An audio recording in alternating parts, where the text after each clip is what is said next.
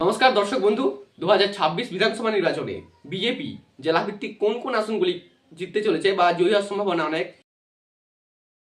পেয়েছি এবং সেই লিস্ট অনুযায়ী আমি বলবো বিজেপি কোন কোন আসনগুলি জয়ী হতে পারে। প্রথমে জেলা কোচবিহার।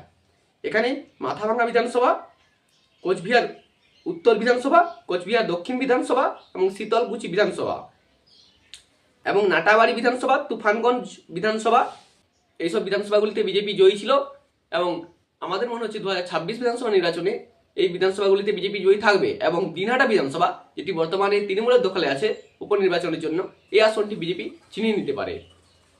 তারপর আলিপুরদুয়ার জেলা, কুমারগ্রাম বিধানসভা বিজেপির দখলে যেতে পারে, কালচিনি বিধানসভা বিজেপির দখলে যেতে পারে, আলিপুরদুয়ার বিধানসভা যেটি তৃণমূলের দখলে আছে, মানে বিজেপি জয়ী হয়েছিল এবং বিজেপি বিধায়ক তৃণমূলে যোগদান করায় তৃণমূলের দখলে আছে, সেটি বর্তমানে বিজেপির দখলে যেতে পারে 2026 বিধানসভা নির্বাচনে।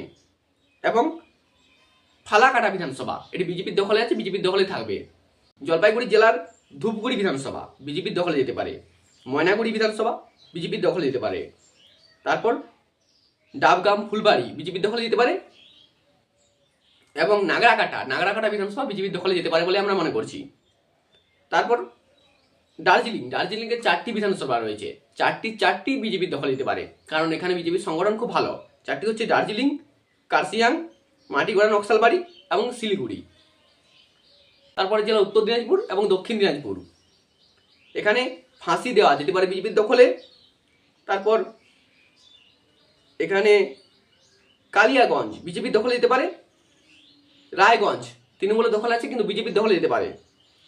তারপর যেতে পারে বালুরঘাট বিধানসভা, এটি বিজেপি হাড্ডাহাড্ডি এবং তৃণমূলের মধ্যে হাড্ডাহাড্ডি লড়াই হতে পারে।